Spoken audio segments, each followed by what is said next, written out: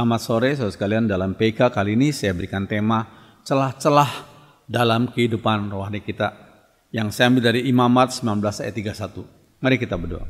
Mohon Roh Kudus urapi hambamu, sensor tutur kata sikap hambamu, layakkan nama menjadi juru bicaralah, dan setiap kami yang mendengar dan menontonnya, kami semua dibimbing oleh Roh Kudus, Roh kebenaran. Berfirmanlah kepada kami lewat lidah hambamu, dalam nama Tuhan Yesus. Amin. Apakah celah-celah dalam kehidupan rohani kita?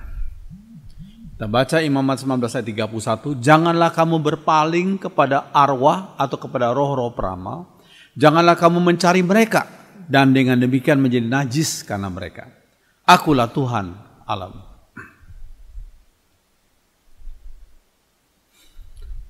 Setiap hubungan dengan iblis dan roh-roh jahat, sekecil apapun, membuka celah dalam hidup seseorang, sehingga gangguan roh-roh jahat masuk dalam kehidupan umat Tuhan. Perlu hati-hati ini. Ya. Ada sebagian orang yang tidak dapat bertumbuh imannya karena kehilangan minat rohani. Kehilangan minat rohani disebabkan mereka membuka celah bagi roh-roh jahat. Ya.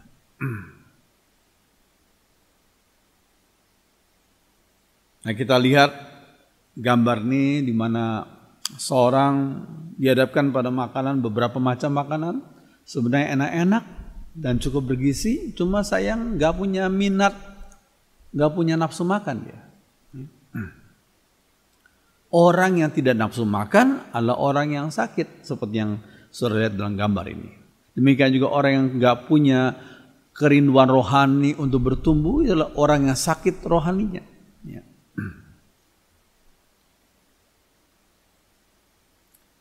Nah, kita akan melihat beberapa celah dalam kehidupan kita. Ya. Yang pertama adalah percaya pada horoskop. Sebagian umat Tuhan ada yang mempunyai keyakinan seperti demikian. Mungkin yang diwariskan dari keluarganya, dari orang tuanya, ya, atau dari teman-temannya. Ya. Mereka sering tanya hari, bukan hari Senin, Selasa, Rabu, tapi apakah ini hari baik atau tidak untuk bisnis atau melakukan segala keperluan gitu ya. Tanya jam, tanya menit kelahiran bahkan. Ya. Bayimu lahir menit jam berapa, itu semua katanya akan mempengaruhi akan nasib anak ini kemudian hari. Lalu kelahiran bayi itu dikaitkan dengan posisi planet-planet pada saat bayi itu dilahirkan. Ini satu ajaran yang berkaitan dengan kepercayaan horoskop. Ya, seperti yang sudah lihat dalam gambar ini. Misalnya saja ada sebagian orang berkata Aries itu bersifat berang, suka berperang pada manusia. Berperang, ya.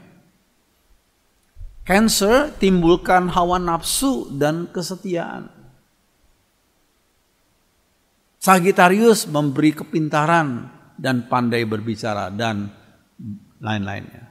Ini hanya contoh saja. Jadi hari Minggu ke gereja dan menyebut diri sebagai orang Kristen, cuma sayang mereka masih percaya pada horoskop seperti tadi ini. Ya. Ini yang merupakan celah, salah satu celah dalam kehidupan kita sehingga tidak bertumbuh menjadi serupa dengan sifat Kristus. Ya. Kita harus lihat 2 Korintus 3:18. Sekarang muka kita semua tidak ditutupi selubung dan kita memantulkan kecemerlangan Tuhan Yesus. Dan oleh sebab itu kita terus-menerus diubah menjadi seperti Dia. Makin lama kita menjadi makin cemerlang. Sifat-sifat kita semakin diubah untuk menjadi serupa dengan sifat-sifat Yesus. Ya. Kecemerlangan itu dari roh, dan roh itu ialah Tuhan. Ya, dalam terjemahan sehari-hari ini. Ya. Jadi ada sebagian orang bukan bertumbuh menjadi serupa dengan sifat-sifat Kristus, tapi bertumbuh untuk semakin serupa dengan sifat bintang-bintang itu. Ya. Sayang sekali, ya. Ya ini. Ya. Kita harus semakin serupa, ya, seperti seorang itu sedang mempersiapkan, ya, batu permata, ya, dipersiapkan, dibentuk sehingga semakin berkilau itu, ya, batu permata itu, ya. Demikian juga Roh Kudus mau membentuk kita untuk semakin serupa dengan sifat-sifat Kristus. Oke, yang kedua, celah dalam kehidupan kita adalah mengunjungi ahli nujum karena ingin tahu masa depan. Kita seringkali mau tahu masa depan kita, tapi kita nggak tahu. Nah, akibatnya, ayo kita coba pergi ke ahli nujum. Mereka bisa tahu masa depan kita, katanya gitu. Ya. Jangan lupa, patokan yang dipakai oleh para ahli nujum tidak pernah sama. Karena buku astrologi ya, berkaitan dengan al-nujum, ini bukan astronomi. Kalau astronomi itu bagian daripada ilmu pengetahuan. Tapi kalau astrologi atau berkaitan dengan al-nujum, ya. Karena buku astrologi yang mereka pakai juga tidak sama. Nah ini, yang ketiga, mencari petunjuk tentang nasib hidup dari telapak tangan kita. Nah, seorang, wah ini telapak tanganmu ini menuju kemana ini, ya. Terus kalian ada sebagian umat Tuhan juga masih percaya pada hal itu, ya. Ya, celah keempat dalam kehidupan kita adalah segala bentuk meditasi yang mengosongkan pikiran. Bandingkan transcendental meditation, ya. Mengosongkan pikiran. Jangan lupa, the idle mind is Satan's workshop. Pikiran kosong adalah tempat kerjanya setan. Kita kalau mau bermeditasi sesuai dengan kekristenan, kita bukan mengosongkan pikiran, tetapi kita memusatkan pikiran, mengkonsentrasikan pikiran pada firman Tuhan yang kita baca dan kita renungkan itu. Ya, bukan mengosongkan pikiran, tapi mengkonsentrasikan pikiran terhadap firman Tuhan. Ya. Ya, ini TM itu dari seorang namanya Guru Dave. Ya. Perlu hati-hati, sebab meditasi yang mereka ajarkanlah mengosongkan pikiran. Jangan sampai kita membuka celah bagi roh jahat masuk merusak kehidupan kita, ya. Atau membuat kita jadi tidak bertumbuh rohani kita. Yang kelima, celah kelima adalah memberhalakan minyak urapan, memberhalakan sapu tangan atau air yang sudah didoakan. Nah ini minyak urapan, ya, katanya asli dari Holy Land, ya, katanya. Ini sudah dipanggil Tuhan orang ini, ya. Tapi waktu lalu dalam kebaktiannya ya sebarkan minyak urapan kepada orang-orang, dan orang-orang pada senang, bahkan pada histeris, ya. Hati-hati, ya. Minyak urapan itu dilakukan pada zaman perjanjian lama, ya. Itu sebagai simbol dari datangnya Roh Kudus. Dan pada perjanjian baru minyak urapan tidak perlu lagi karena Roh Kudus sudah dikaruniakan kepada umatnya. Lihat Kisah Rasul 2. Roh Kudus diberikan kepada kita setelah Tuhan Yesus naik ke surga. Tuhan Yesus mengutus Allah Bapa dan Tuhan Yesus mengutus Roh Kudus untuk menyertai setiap umat Tuhan. Ya, jadi minyak urapan dalam perjanjian lama hanya sebagai simbol daripada Roh Kudus. Jadi sekarang karena Roh Kudus sudah ada, sudah dikaruniakan, kita nggak perlu lagi minyak urapan itu. Ini penting sekali. Ya. Ya, yang keenam, memakai ilmu untuk meringankan tubuh atau mengapung di udara. Ini merupakan celah keenam. Ya. Ya, ini yang dilakukan oleh David Copperfield waktu lalu. Ya, meringankan tubuh untuk mengapung di udara. Dia lagi ini yogic flying, ya, bisa mengapung di udara. Ya, ini hati-hati dengan hal-hal ini, sebab ini merupakan celah untuk roh jahat masuk mengganggu kehidupan kita. Ya. Yang ketujuh, celah ketujuh adalah bertanya kepada orang pintar dalam tanda kutip untuk mencari benda yang hilang. Nah, yang kedelapan adalah penggunaan mantra. Ya, untuk kegiatan tertentu mantra-mantra digunakan. Ini mantra titipan dari orang tertentu, orang pintar tertentu, atau mungkin dari orang tuanya. Ya, hari Minggu ke gereja, tapi hari lain pakai mantra. Kita perlu ingat, jangan kita menduakan Tuhan. Hanya satu Tuhan, yaitu Tuhan Yesus, bukan kepercayaan yang lain, bukan percaya pada hal-hal lainnya. Ya. Dalam tanda kutip, mantra kita hanya dalam nama Tuhan Yesus, bukan dalam nama yang lain. Ini penting. Ya. Ya. Atau yang ke-9, memberi uang kepada imam di kelenteng untuk mendoakan orang tua yang telah meninggal. Ya, ini terjadi sekian puluh tahun yang lalu. Ada seorang yang konseling sama kami. Dia bilang ini belakangan ini seringkali ada roh yang menampakkan diri seperti papa mamanya yang sudah meninggal itu. Dan kejadian itu dia katakan baru terjadi setelah saya titip uang kepada imam kelenteng untuk mendoakan orang tua saya yang setelah meninggal. Saya tidak mendoakan, saya sudah ke gereja. Tapi karena saya anak tunggal, saya titip uang kepada imam kelenteng itu untuk mendoakan papa mama saya yang sudah meninggal. Nah, sejak seringkali katanya ada arwah katanya ya, yang berbentuk seperti papa mama saya datang tiap tengah malam. Saya katakan kepada perempuan, kepada ibu itu bukan arwah papa mamamu, itu adalah roh jahat yang menyerupai, yang menyamar seperti papa mamamu. Usir itu dalam nama Tuhan Yesus. Ya. Itu terjadi sekian puluh tahun yang lalu waktu saya melayani di Jakarta. Ya. Ya. Percaya pada tahayul. Ada orang lebih takut kalau nabrak kucing daripada nabrak orang. Karena dia tahayul mengatakan kalau nabrak kucing maka sebentar lagi dia akan tabrakan. Ya, kita harus hati-hati, jangan sembarangan menaik mobil atau naik motor, jangan kita tabrak kucing, jangan tabrak anjing atau jangan tabrak binatang lainnya, kecuali nabrak semut ya. Jadi jangan kita asal nabrak, jangan tabrak hal-hal gitu ya. Tapi kalau kita nggak sengaja, terpaksa atau mungkin nggak tahu akhirnya ada tiba-tiba kucing lari nyebrang jalan tertabrak tanpa kita sengaja. Lalu bagaimana sikap kita? Ya kita kalau udah sempat kita bawa kucing itu ke pinggir jalan atau kalau sempat kita kubur baik-baik dia.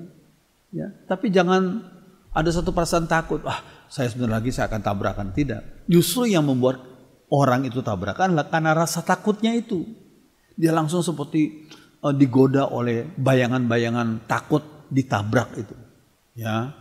Itu justru itulah yang membuat tabrakan mungkin bisa terjadi. Tapi kalau kita berdoa, Tuhan, ampuni saya sudah salah, saya mungkin tidak sengaja, ya, lindungi saya dari segala yang jahat. Ya, tidak terjadi kecelakaan, tidak terjadi tabrakan, ya. Ini penting sekali.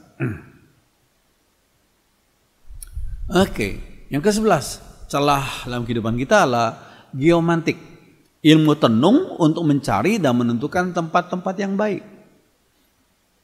Misalnya, rumah-rumah di pantai selatan Pulau Jawa harus menghadap ke selatan, berhadapan dengan laut sebagai tanda hormat kepada Nyai Roro Kidul, itu kata sebagian orang.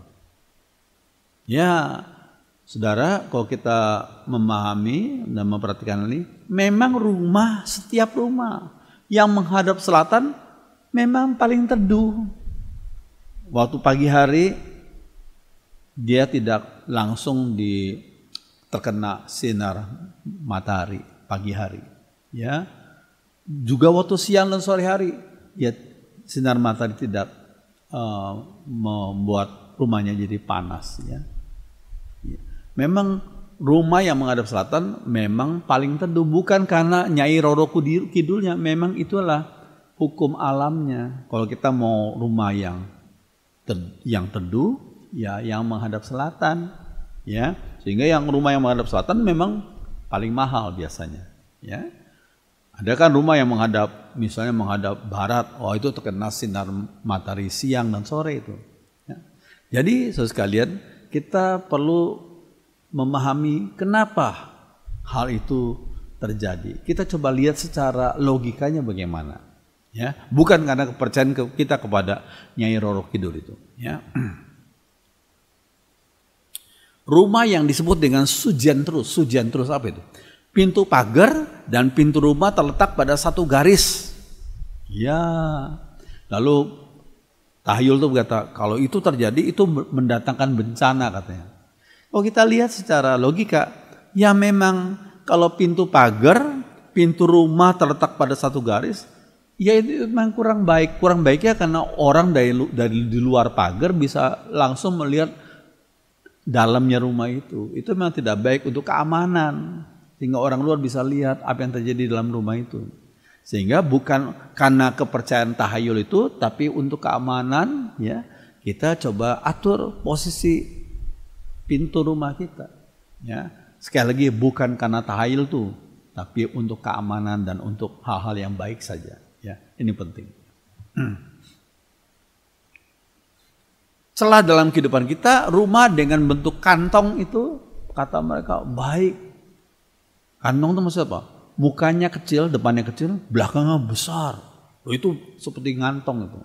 Itu kalau rezeki masuk nggak keluar lagi gitu, seperti kantong. Itu kalau rezeki masuk, kalau roh jahat yang masuk gimana? Ya, puji Tuhan, sekian puluh tahun yang lalu kami dapat tempat luasnya 1.300 sekian di Taman Tanah Abang 3 nomor 2, ya di Jakarta Pusat, ya. Itu ada satu rumah Belanda, ya, yang ditawarkan ke bank nggak mau. Karena apa? Depannya besar, belakangnya kurang dari separuh. Wah, orang bilang ini nggak hoki, ya. Akhirnya ditawarkan ke beberapa bisnismen, nggak mau. Akhirnya gereja datang, ya menawar, ya dapat harga yang murah. Luasnya 1.300 meter lebih, dapat harga murah. Waktu itu kalau salah dapat 500 juta waktu itu, ya. Di Taman Tanah Abang, jadi Jakarta Pusat, ya. Lalu dibangunlah jadi gereja yang cukup besar, puji Tuhan. Nah sekarang jemaatnya cukup banyak, ya, dengan beberapa cabangnya. Ya, kami lihat nggak ada itu, bukan karena tahayul itu. Memang waktu pas merancang bangunan, dibangun memang perlu lebih pintar lah, lebih jeli, lebih teliti, ya, karena memang bentuknya depan lebih dari 2 kali daripada belakang. Ya ini perlu ada perancangan yang lebih teliti saja. Bukan karena kepercayaan pada tahayul tadi, ya. Ya, kita ingat Mazmur 24 ayat 1. Tuhanlah yang empunya bumi serta segala isinya dan dunia serta yang diam di dalamnya. Ini ayat ini perlu kita ingat. Mazmur 24 ayat 1 itu, ya. Tuhanlah yang punya bumi serta segala isinya, bukan kepercayaan-kepercayaan lainnya, ya. Ya, celah yang ke-12, penguburan ari-ari. Nah, ada upacara namanya tedaksiten, turun ke tanah. Dan penyerahan ari-ari ke dalam pangkuan Ibu Pertiwi atau bumi, diberi kembang. Ya, kita perlu ingat, ya, ari-ari itu jangan diberhalakan. Ari-ari itu merupakan cateringnya bayi pada waktu masih di rahim ibu, ya, cateringnya bayi.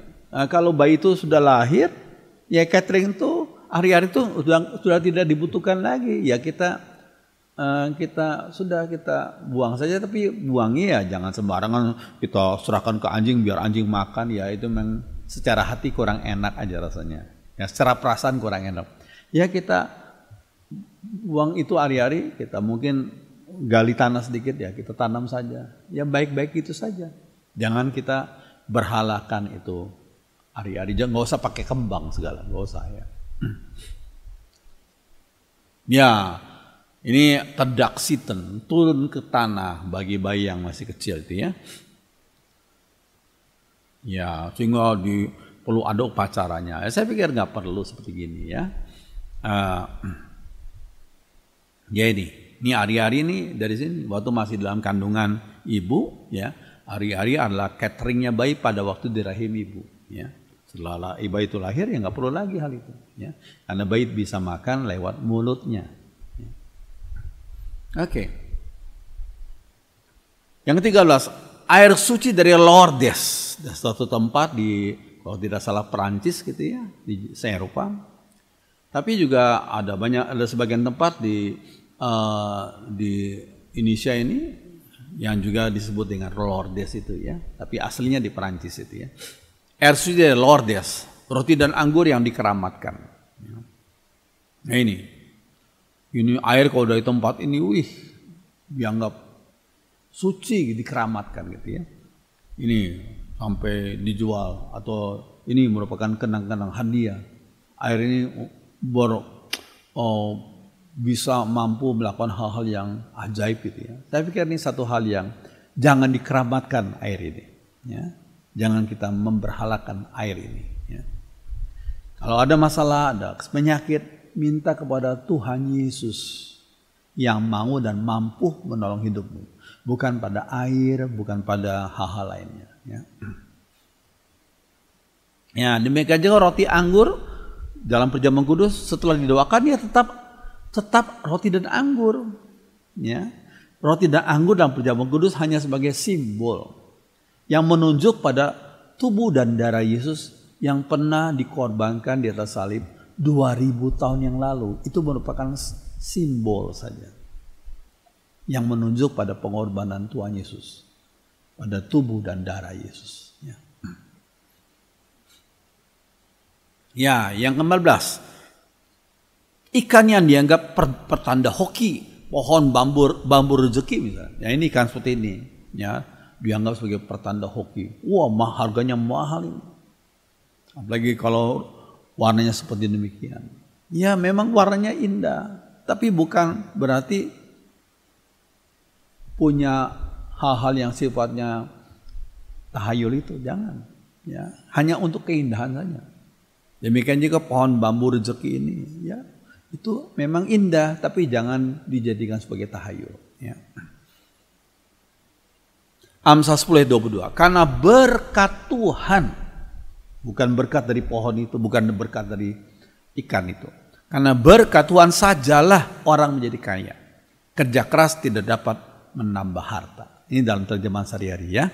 Amsal 10:22. Ya, celah yang ke-15, benda-benda rohani yang dikeramatkan, misalnya salib, Alkitab, paku, kain kafan dan lain-lain. Ya, ini. Yang ke-16, pengobatan alternatif, tenaga prana, reiki, yoga, sangkal putung. Ya, lihat. Itu kalau tangan orang itu enggak sampai nempel ya.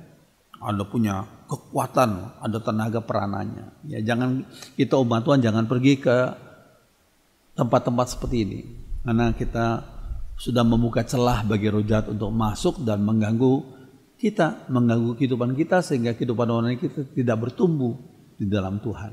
Ya. Oke, yang ke-17. Memakai susuk atau guna-guna untuk kecantikan, ganteng, sukses dalam bisnis. Iya. Oke, ya. Ini sekian puluh tahun yang lalu, 20 tahun lebih yang lalu ya, saya pernah diberi kesempatan untuk melayani seorang bapak. Anaknya telepon saya, "Pak, tolong dong datang ke rumah sakit ini ya, rumah sakit yang cukup besar di Semarang ya. Ayah saya ini sudah 1 bulan ngorok, ya, sakit, tapi ya katanya Tuhan kok belum panggil 1 bulan. Wah, dananya cukup besar waktu itu, belum pakai BPJS rupanya. Oh gitu ya. Lalu saya sama seorang majelis datang ke situ, ketemu. istrinya. Ya. Istrinya sedang menjagai suaminya. Saya tanya dulu kepada istrinya, "Tante, maaf ya mau tanya ya. Dulu Om ini waktu masih muda pernah pergi ke orang-orang pintar ya, dalam tanda kutip ya." "Oh iya Pak, pernah pergi kemana aja?" "Pernah pergi ke ini, ke kota ini. Wah banyak ya." Saya catat. "Ini untuk bikin ganteng, ya susuk ditaruh, dimasukkan ke pipinya misalnya, ya. Kemudian ada lagi susuk dimasukkan ke tangannya, ya supaya kalau berkelahi itu sekali pukul jatuh orang lain itu ya. Wah beberapa barang masuk ke tangannya. Kemudian ada juga mantra-mantra. Waduh, saya catat sampai satu kertas folio penuh. Ya. Lalu bagaimana saya bicara sama Om yang sudah ngorok gitu ya, nggak bisa. Tapi Om itu waktu masih sadar, kami kenal. Dia kenal kami kenal dia. Lalu saya minta hikmat dari Tuhan, kemudian saya bicara dengan keras di sebelah telinganya. Tuhan punya rahmat ya, anugerah. Telinga kita adalah indera yang masih berfungsi walaupun kita sudah tidak sadar lagi. Saya bicara agak keras di sebelah telinganya. Saya bilang, "Om, saya Pendeta Robi. Saya mau mendoakan Om. Percaya pada Tuhan Yesus ya, jangan percaya pada roh-roh lainnya. Ya, yuk doa sama saya ya. Om gak bisa ikuti doa saya tapi diikuti dalam hati ya." Ya, saya mulai bicara dengan suara keras di sebelah telinganya. "Dalam nama Tuhan Yesus saya datang mendoakan Om ini. Dalam nama Tuhan Yesus saya putuskan ya, hubungan saya, ya, hubungan Om ini dengan roh-roh jahat dari kota apa melalui orang-orang pintar." Saya sebutkan tuh satu-satu seperti yang saya dengarkan tadi dari si tante itu. Ya. Saya sebutkan dalam nama Tuhan Yesus. Om ini sudah percaya Tuhan Yesus sebagai juru selamat dan putus hubungan dengan roh-roh jahat yang pernah dia kenal. Dalam nama Tuhan Yesus, bebaskan Om ini dari segala genggaman roh jahat. Amin. Ya, setelah saya layani sekian menit dalam doa pelepasan itu, dan saya pamit kepada si tante, ya, kami pulang. Puji Tuhan. Beberapa menit setelah kami pulang, masih kami di jalan. Datang telepon. "Terima kasih Pak, sudah mendoakan. Papa baru saja dipanggil Tuhan." Oh, puji Tuhan. Memang saudara sekalian, ya, kuasa Tuhan itu mampu melepaskan kita dari genggaman kuasa-kuasa kegelapan. Jadi jangan kita bergaul dengan roh-roh jahat itu. Kita hanya percaya pada Tuhan Yesus, jangan percaya pada roh-roh lainnya. Ya, ini penting. Setelah ke-18, hipnotisme seperti yang sudah lihat dalam gambar ini. Hipnotisme. Ya. Coba perhatikan nih benda ini. Ya, akhirnya orang itu yang dihipnotis itu jadi kosong pikirannya. Ya. Mau berhenti rokok, pakai cara hipnotis saja. Ya, ada hypnoparenting. Mau mengurangi makan, pakai hipnotis. Hati-hati saja. The idle mind is Satan workshop. Pikiran kosong adalah tempat kerjanya setan. Kita jangan mengosongkan pikiran. Kita konsentrasikan pikiran pada firman Tuhan. Jangan kita kosongkan pikiran kita. Kalau kosong pikiran kita, itu menjadi roh jahat, jadi bekerja dalam pikiran kita. Seperti yang sudah lihat dalam gambar ini. Ya. Jangan kita serahkan diri kita pada pengaruh hipnotis atau lain-lainnya. Ya. Ya, hati-hati, pikiran kosong adalah tempat kerja setan. Ya, celah dalam kehidupan kita yang ke-19 adalah persetubuhan dengan perempuan cabul atau dengan pria yang bukan suami. Itu jangan kita bersetubuh dengan perempuan cabul atau dengan pria yang bukan suami. Ini penting, ya. 1 Korintus 6 ayat 16 sampai 19. Atau barangkali kalian belum tahu bahwa orang yang bercampur dengan seorang pelacur menjadi satu dengan pelacur itu. Sebab dalam Alkitab tertulis keduanya jadi satu. Ini dalam terjemah sehari-hari ya. Hati-hati, roh-roh jahat dapat berpindah dari seorang kepada yang lainnya melalui persetubuhan. Di luar nikah maksudnya. Ya. Jadi jangan pergi ke tempat pelacuran, apalagi sebagai umat Tuhan. Ya. Roh-roh jahat dapat berpindah dari seorang kepada yang lainnya melalui persetubuhan di luar nikah. Ini kita perlu hati-hati. Ya. 20. Celah dalam kehidupan kita adalah homoseksualisme. Ya. Roma 1 ayat 27. Lelaki pun begitu juga. Mereka tidak lagi secara wajar mengadakan hubungan dengan wanita, melainkan berahi terhadap sesama lelaki, homoseksual. Laki-laki melakukan perbuatan yang memalukan terhadap sesama laki-laki sehingga mereka menerima pembalasan yang setimpal dengan perbuatan mereka yang jahat itu. Ya, kita lihat gambar ini. Seorang penyanyi terkenal dari Inggris namanya Elton John. Ini dengan pasangan hidupnya sesama lelaki, homoseksual. Ya, jangan pernah umat Tuhan meniru cara hidup seperti ini, cara hidup yang menduka citakan hati Tuhan. Ya. Tuhan tidak membenci, Tuhan itu membenci perbuatan homoseksual. Tapi beliau Tuhan itu mengasihi orang-orang homoseksual yang mau bertobat dari perbuatannya yang tidak baik itu. Ya. God hates sin. Allah itu membenci dosa.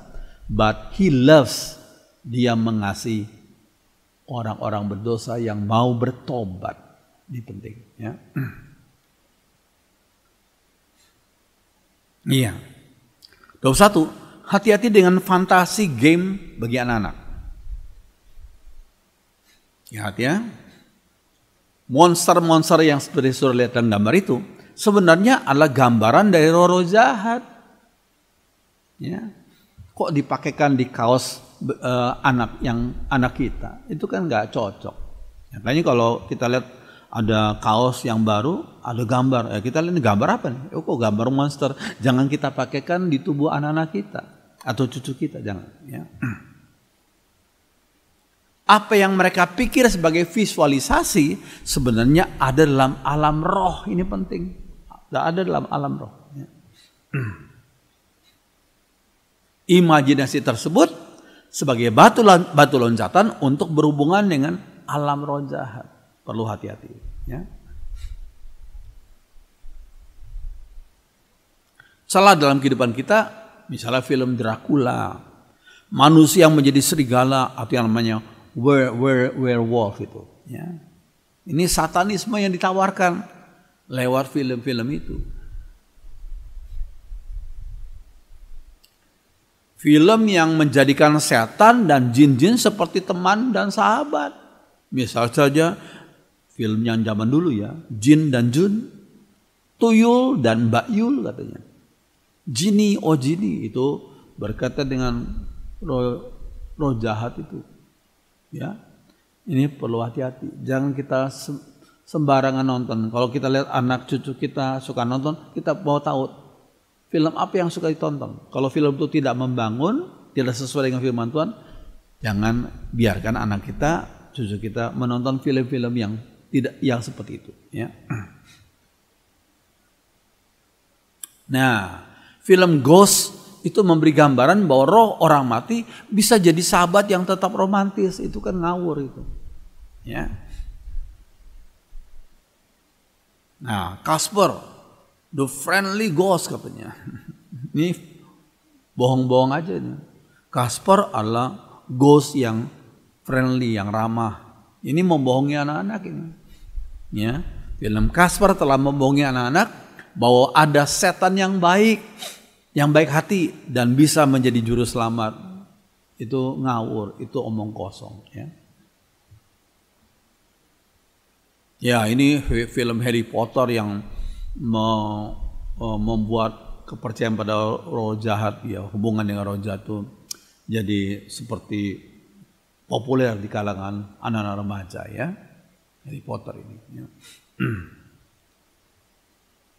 Nah, Film Interview with Vampire, ya, menunjukkan bahwa tidak semua vampir itu pengisap darah. Sebab ada juga yang manusiawi, yang vegetarian. Kata film itu juga bohong-bohong saja itu. Ya. Nah ini, Lucifer's Friend, temannya Lucifer, oleh Black Moon, ya, bulan yang gelap, bulan yang hitam. Ya. Lagu-lagu yang memuja setan misalnya, Come take my hand, I'm Lucifer, friends. Ya. Mari terimalah tangan saya ini adalah temannya Lucifer. Itu lagu yang sangat ngawur, ya. Sangat ngawur.